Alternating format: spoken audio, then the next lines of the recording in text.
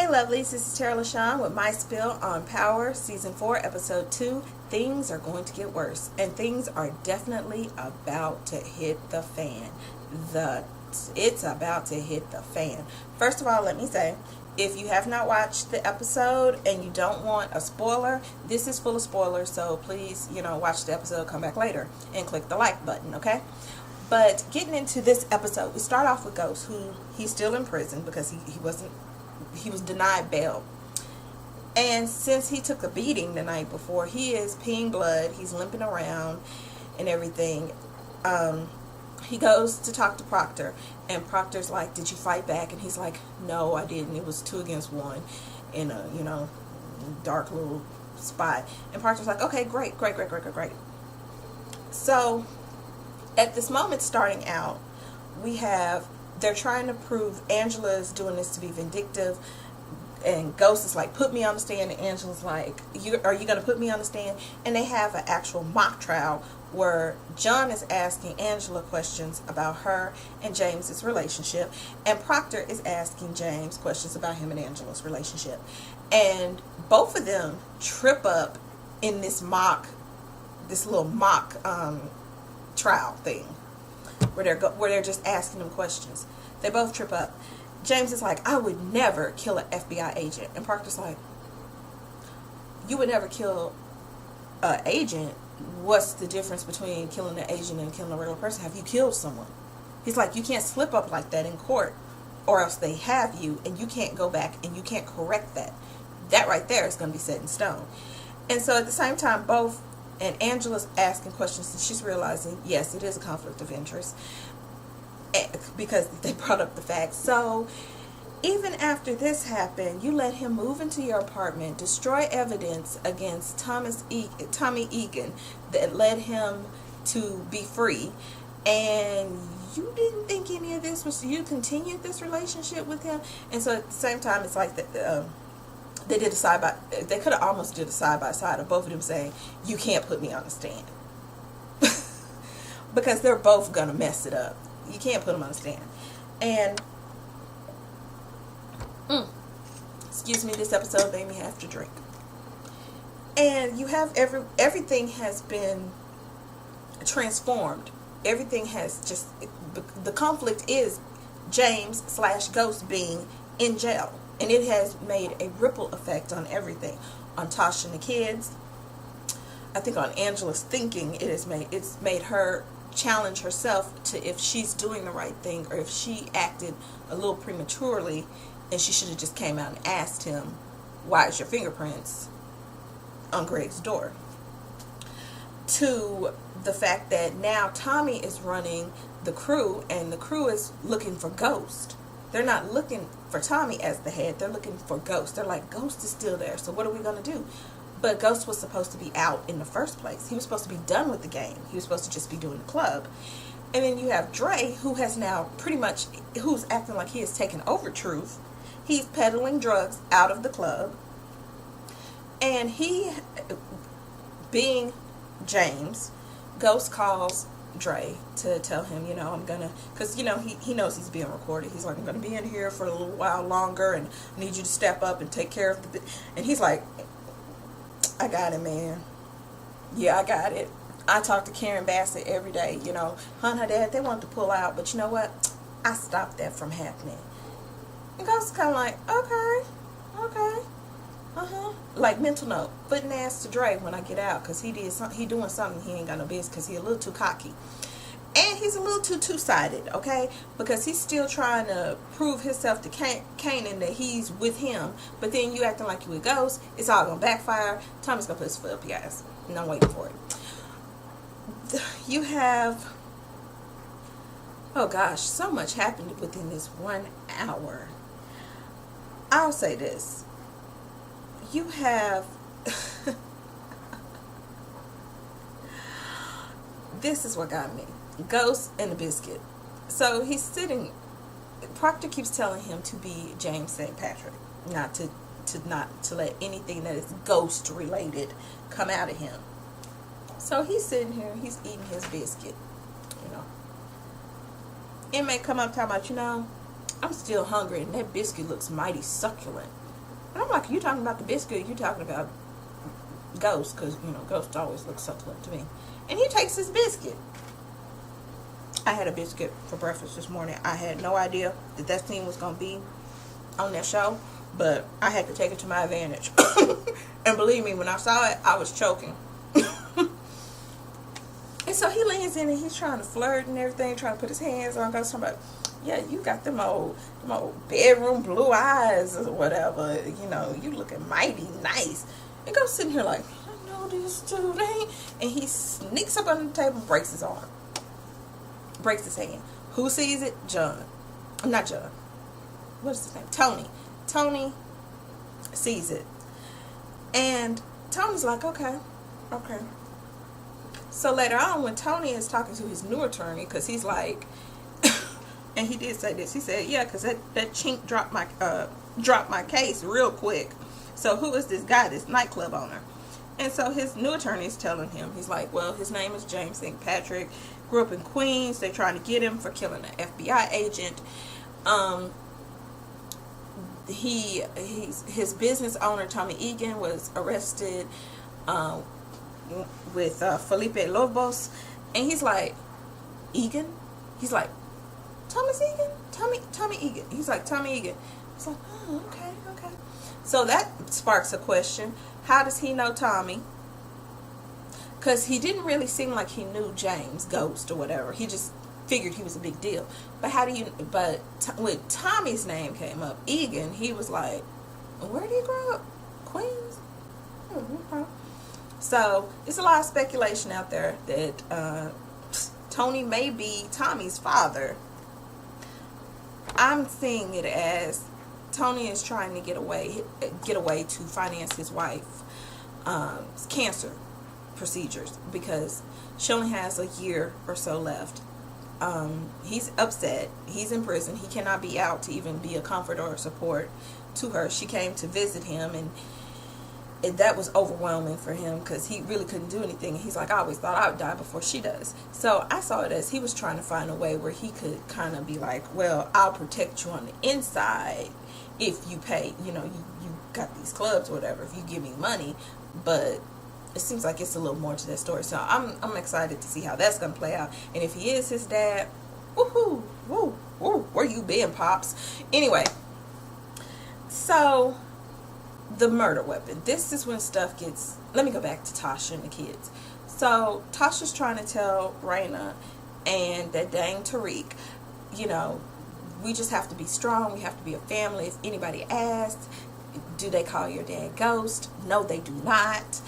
And Tariq's like, well, Raina's like, well, how did you get that nickname anyway? And she's like, the hood, they just give you names. And Tariq's being a smartass, like, yeah, how you get the name?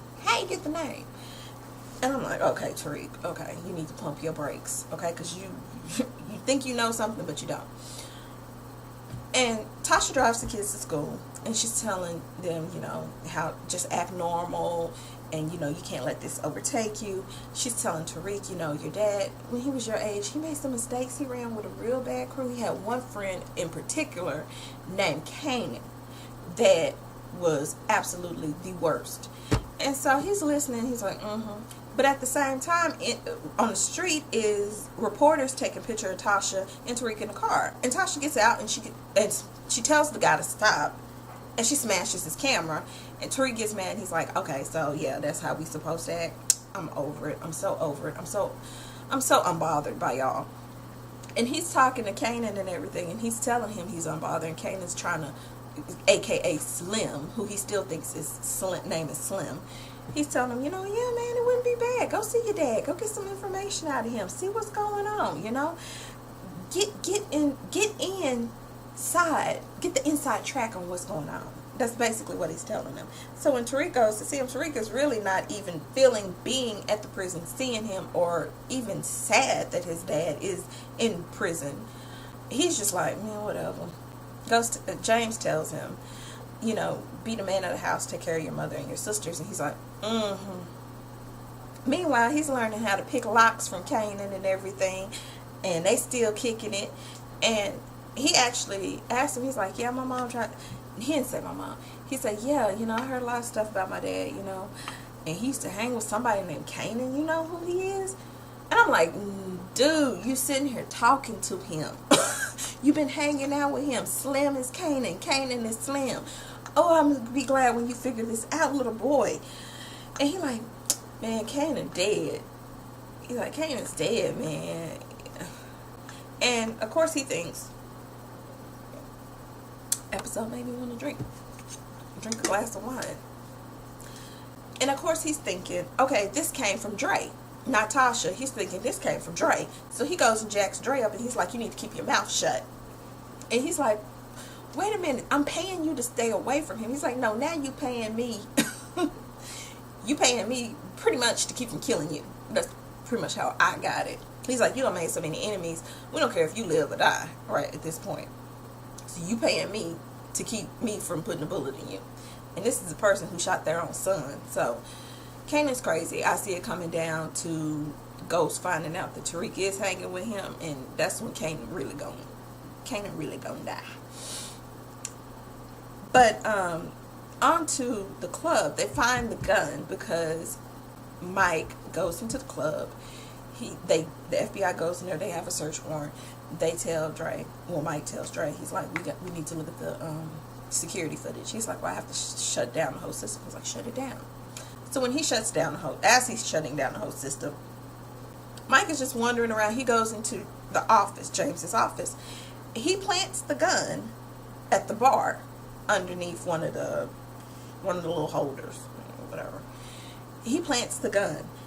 And everyone, once the gun is found by Milk Dudhead Donovan. He finds the gun. And they're sitting there talking about, even Dre was looking like, what? This is sloppy. And Angela even admitted, she's like, that's just too easy. And she actually went to Mike to talk to him about it. She's like, it doesn't make sense. It's too easy. She's like, this is the person that killed Felipe Lobos while he was text messaging me, or supposedly what she thought, while he was on the phone and stuff with me, and he killed him, and there's no murder weapon. There's nothing that can be found. So what? And all of a sudden, this is just so easily just put. She's like, this doesn't make sense. So she's starting to get this gut feeling that something isn't right, but she just doesn't know. She doesn't know what, when, what, how, when, what. But it all started because you, instead of coming out and saying, look, did you kill Greg? Why was your fingerprints at Greg's house? What is going on? Instead of you coming out and just saying that straight, you went and arrested the man. And throughout this particular episode, we see that even more conflict is arising because James is facing the death penalty if he's found guilty. Proctor's doing everything he can. He's trying to say it's based on racism. John tried to do a gag order on him to make him not be in the media. The judge is like, I'm not getting into y'all's piss slinging battle or whatever. Forget both of y'all. Whatever. We'll take it up. So they're trying to prove that Ghost killed Greg, who was the leak, to protect Tommy, his childhood friend, who is Ghost. And Angela's listening to all this, and she's like, and I'm like, Angela, you know the truth. You know Tommy is not Ghost.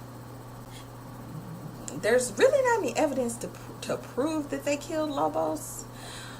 Or that they were there. Well, there is the wiretapping and everything.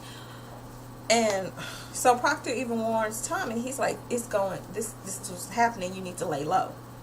And he's like, look, Tommy wilded out. Tommy was like, if I go to jail, I'm gonna kill you. And Proctor's like, what you gonna kill me for? I'm just telling you. What, you gonna kill the messenger? For real? For real, Tommy? For real? So this is going on. At the same time, everybody's in shock by the death penalty coming up. And I know I'm skipping over some parts. It's cool. But that's where the biggest conflict came out in this episode, was that if James is found guilty, he's going to lethal injection. And Angela is like, I didn't know that John was going to seek the death penalty. And so it's being told to James by Proctor. He's like, they're going to try to cut your deal, let you sell out Tommy, you know, so you won't get the death penalty. And he's like, I'd sell him out. And he's like, I'm not selling out him. You don't. He's like, no. There's another way. what got me was it ended with actually James calling Tommy and telling him, he's like, take care of my family. And I'm trying to think what kind of code that was. If that was code for something. Because, you know, whenever James talks and he says certain things, it means something rather than what you really... It's something totally different than what you're thinking. But anyway, back to Tommy and his wilding now. He wilds out. He gets mad because he sends Julio to handle Cristobal, who's not been picking up his shipment. They get... one of the guys gets into it with Cristobal's guy, and Tommy's like, well, Julio didn't step in and do something. So to relieve stress, he goes to Keisha's house. She answers the door in this too little dress, and she know, Lala, you knew that wasn't gonna cover your whole butt. And him and her actually get it on, and he refers to her. He says, have you ever played in the snow before? And she's like, no, the snow is so unpredictable. You never know how many inches you're going to get. And he's like, yeah, you got a full avalanche your first time, or wind chill or something your first time. And I'm like, oh my goodness, y'all are disgusting. But I kind of knew that they were going to hook up, because last episode when he went to get her, she was just a little too happy to see him, and he was just a little too relaxed and too checking her out and everything. But she laid it down to him like this. She's like, Tasha cannot know that we slept together. She's like, Tasha takes everything from me. She took Sean from me. And Tom's like, for real? He's like, she was sleeping with Sean? And I'm like, did he know that I have to go back to season 1. Did he know that she was sleeping with Sean, or did he not know? Because I thought he knew. I'm not sure. But, you know, she's like, you know, he knows. She's like, you know, she knows. She knew me and Sean got together. She took Sean from me. She knew my shop was doing good. She came in, she took my shop. She's like, you're really the only good thing that's going to happen through this whole situation. So she definitely cannot know that we did this. And he agrees. Okay. So Tommy meets up with he didn't meet up with him. He goes and finds the guy. I was looking for his name, because I like to have names. He goes and finds Domingo. He goes and finds Domingo in his car. And he's sitting here smoking a joint, listening to Easy Like Sunday Morning. Tommy walks up, tells him to get out the car. He's like, I'm going to give you a head start, pointing the gun at him. It's like 1, 2, 10. And I really liked how he did his facial expression. He got in this guy's car and he's just cruising, listening to the song like he's driving down the street. Runs the dude over and tells him, don't you ever disrespect anybody in my crew again. And like I said, everybody in the crew is shooken up, because they're like, they're like, Ghost isn't here. They want Ghost. They feel they need Ghost. Even Julio. Everybody wants Ghost. Nobody really wants Tommy as the forefront. Everybody wants Ghost. And Ghost is locked up. That's the big thing going on. He's with the crew trying to get together, which I think is actually what he means by it when he told Tommy to take care of my family. But that may just be my imagination running away with me. But anyway, so really that was everything that was interesting that you could get out, that he's facing a death penalty. Oh yes, Tommy and the tracker. So they're trying to prove Tommy is Ghost. So they're like, we're going to plant a tracker on Tommy's car. So Tommy parks his car, goes into his apartment, and in creeping through too is Kate, his mom, coked out mom. They put a tracker on his car. No, Tommy loves his car, but he tells Kate, here, he gives her the keys, like, I'm going to give you her. And she's like, I can't believe you're doing it. He's like, I can't believe either. He's like, tough times, huh? It's tough times, you know, make stupid decisions. So I'm curious to figure out, I want to see how that's going to end up in the next couple of episodes, with them tracking the car and they're actually just, you know, going on a wild goose chase with Kate. I want to know what's the deal with Tony. How does Tony know Tommy? Why is he has an interest in Ghost? Kind of want to know the story behind that. Tasha, when Tasha finds out about the death penalty, Tasha's always the last to know about everything. She goes to Angela's. Angela opens the door, and she's like, you have my kids in here and everything, and you want to give him the death penalty? Really? And they go back and forth. And Angela's like, you know, before I met Jamie, when I met Jamie, I had a boyfriend, and his name was Greg. And so Tasha's like, oh my goodness, like, I can't with you two. I'm like, I just, ugh. And she's like, well, for what it's worth, Tasha, I wish I never would have went to Truth that night, and I wish I never would have saw Jamie. And she's like, finally, we agree on something. Yes, skank. She's like, I wish you wouldn't have seen him either. And they just have their little thing. And Angela's trying to put up this tough front, but I think she's going to crack. She's going to find some way to get into this investigation and turn it around and make it flop, even if it does mean her career, because she's not going to let him go down for being innocent. She's not going to let him go down and he's innocent. Innocent. Yeah. She's not going to let him go down like that. I don't feel like she is. Because even with that, they're like, even when they were doing the little mock trials, they're like, you got your childhood dream. You got your first love back. And she's like, yes, I guess. Like, yeah, your emotions are just going to get the best of you there, Angie. But anyway, guys, let me know what you thought about this episode. Give me your predictions. And I will see you guys later. So have a good one.